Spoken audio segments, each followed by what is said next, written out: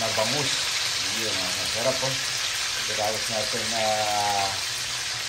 matulog ng masarap matulog, masarap na kain naman ang gagawin natin. Tama amiga, at meron tayo itong munggo.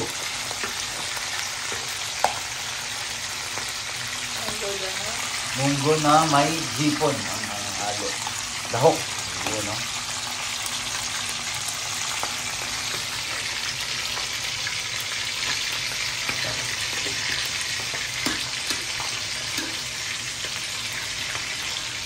Siyempre, sasama ka ba? Hindi na, no? Okay na yan. At mayroon tayo ditong itlog. Ang gagawin natin ay pakawalan tayo. Itlog na sunny side up. Bangus, munggo. Yan ang ulam natin ngayon. Pagkatapos ng masarap na tulog, masarap na kain ang gagawin namin ng aking mabigang asawa. At saka masarap na kiss. Okay? Yes! Sarap na ito. Si amiga gumagawa rin ng daing na bangus, pero hindi niya ginawa yan. Yan ay, ano bang pangalan niya? Ito. La Isla de Pilipinas Seafood Marinated. Ayun, deboned milkfish. Yan po. Try na namin na-try na natin to, amiga, no? Na-try na namin yan, nasarapan kami. At saka yung may mga gawayan na smoke na bangus din, smoky. Ano ang tawag? Smoke bangus. Smoke bangus, no? Oo. Yun, masarap din yung mga tinapang bangus nila. 2 piraso yun, pero napagtripa namin. Parang nung isang araw ko pa inisip itong dahil na bangus habang kami ay nag-walking ni amiga. Kamusta mga amigo at amiga dyan sa Pilipinas, Middle East at kahit nasa dako kayo ng mundo. Kami po ay nasa Kuwait, buhay OFW, buhay Kuwait ang ginagawa namin ng aking amigang asawa. At ngayon ay, siyempre, ang ating channel ay puno ng kainan, lutuan, gala at kung ano-ano pa. Halo-halo na po ang aming basabo tungkol sa buhay namin dito sa Kuwait at mga kung ano-ano na po ang ginagawa namin. Basta po kami ay nasa Kuwait. At yung iba pong nakikita nyo na mga bahay-bahay po dyan, ay yan po ay mga, yung iba dyan ay pundar ng aking mga amigo at amiga rin. Yan po ang mga naipundar nila at ating ipinost para magbigay inspirasyon sa mga OFW, mga ka-OFW natin, mga amigo at amiga. Kasi siyempre, habang tayo siyempre nagtatrabaho, magkaroon tayo siyempre ng inspirasyon. Hindi lahat puro pagtatrabaho. Yung ating paghihirap, dapat meron tayong resulta ng ating paghihirap. Ika nga, dapat matuto tayo, marunong tayong magtiis, sakripisyo, lahat-lahat na po. Kasi yung pagtiis natin ngayon, yung sakripisyo natin ngayon, tayo rin po ang aanin yan pagka tayo ay umuwi na ng Pilipinas at sa huli tayo rin po may kinabang. Tama, amiga? Tiis-tiis lang po muna, parang pelikula po yan eh. Papabugbog muna ang bida. Tapos pagka nagtagal na bida pa rin ang basta importante, mag-umpisa kayo sa hirap. Pag naramdaman niyo po yung hirap at nagtiis kayo, madali na po magiging lahat. Sabi nga yung akala nyo mahal dati, pag nagtagal, mura pala. Kasi nakapag-tiis kayo at natuto na kayong sa pera. Kaya hindi naman kalakihan na yung mga sweldo natin. Yung iba dyan, lalo na kami, hindi naman ganun kalaki ang mga swelduhan natin. Ang importante, hindi yung sweldo yung malaki. Ang importante, yung naipundar mo, kung ikaw ay isang OFW, nagtiis ka ng sakripisyo mo at yung naipon mo. Kahit papaano, ay may laban-laban tayo sa Pilipinas. Kasi alam natin na kapag umuwi na tayo sa Pilipinas, hindi na po tayo makapagtrabaho doon. At ayaw na rin po namin magtrabaho ni amiga sa Pilipinas. Kunting negosyo na lang po. Siguro po yung ating magiging negosyo doon. Konting negosyo. At medyo relax na po. Kumbaga, ito na yung pag-uwi natin ng Pilipinas, magiging kalmahan na ang lahat. Yun, no?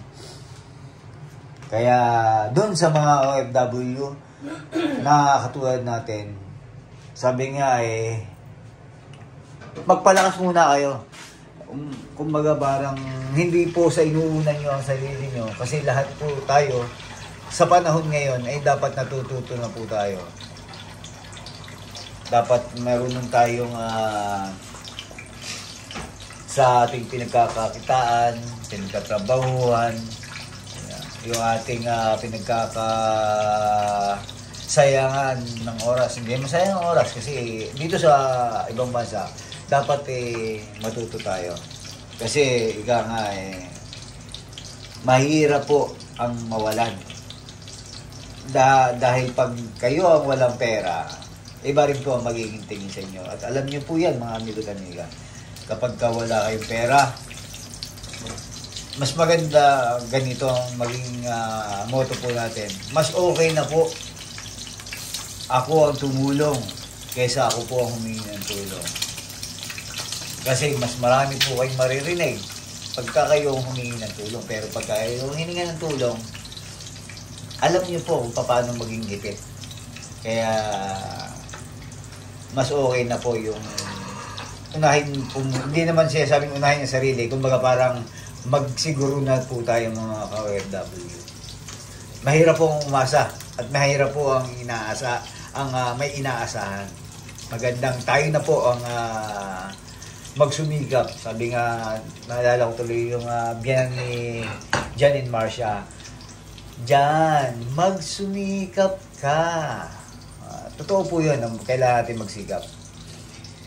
Dahil wala pong mangangarap sa atin, kundi sarili lang po natin. Hindi po kapitbahay natin, kamag-anak natin ang mangangarap para sa atin. Tayo mismo ang dapat kumilos. Dahil may kanya-kanyang buhay ang mga yan. May kanya-kanya tayong mga buhay. Kaya, hindi natin pwedeng iasa ang ating future sa ibang tao. Dahil mahirap. Masakit ang masaktan. Mahirap din umasa. Yeah. Kaya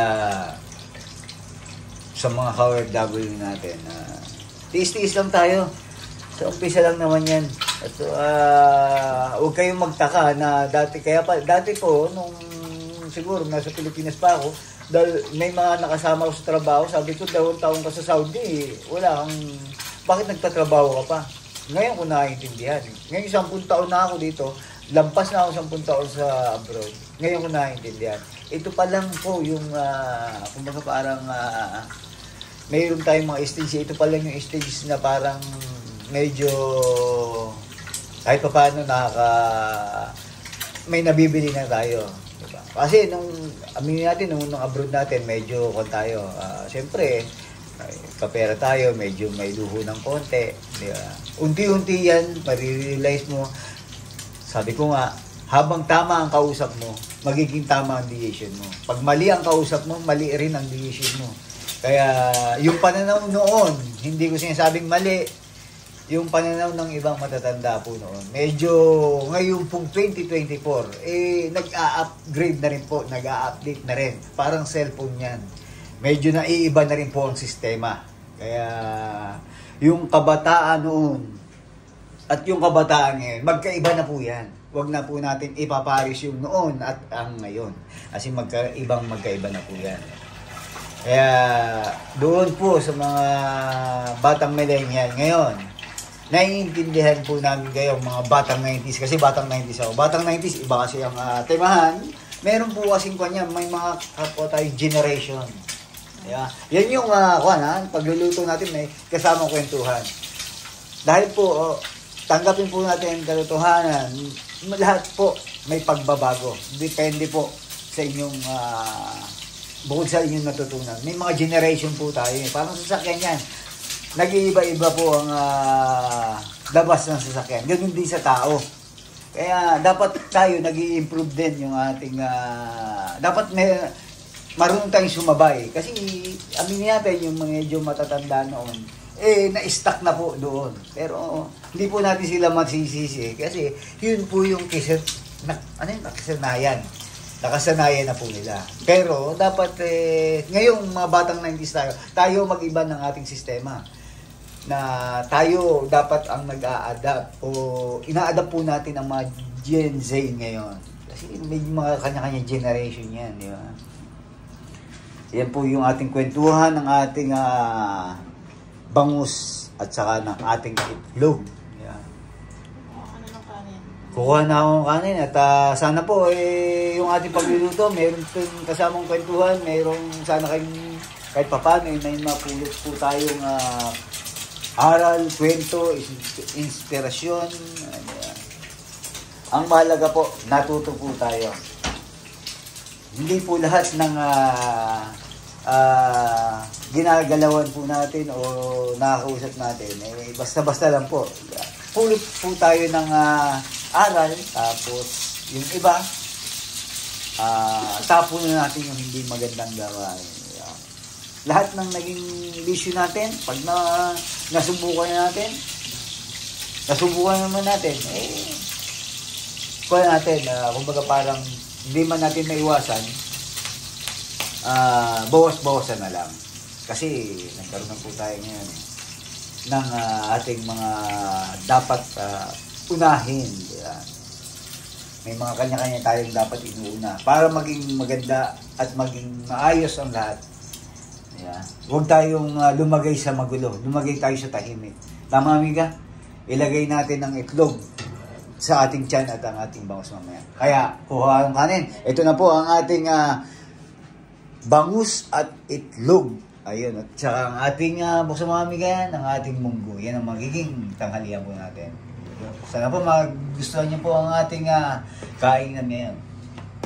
Ito na nga tayo at matinding kainan naman. Sabi ko nga kanina, masarap na tulog kaya hindi masarap na pagkain at ito gawa ng aking amigang asawa at meron nga tayo dito daing, itlog at munggo. Tikman natin. At habang tinitikman ko to, sabayan nyo na ako. Di ba? Munggo. Yun. Sarap. Kasi yung lahok nito, nilahokan. Anong lahok nito, amiga? Hipon. Hipon. Gusto ko yung sa itlog, siyempre itong medyo malasado. Malasado yung medyo hindi masyadong luto. Yun. At siyempre meron tayo dito huwag nating lalagyan ng munggo. Pag muna, nor seasoning. Yan. Nor seasoning, ketchup. Yan ang gusto ko sa itlog Malasado, tapos may konting nor seasoning, tapos may ketchup. Tapos ang gagawin natin dyan, gagawin natin yan. Para talagang kaya subo natin.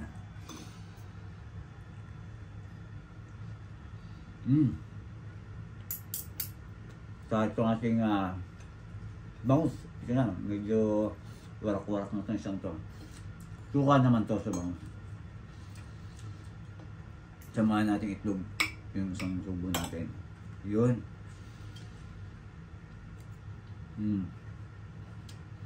Sarap. Tapos munggo.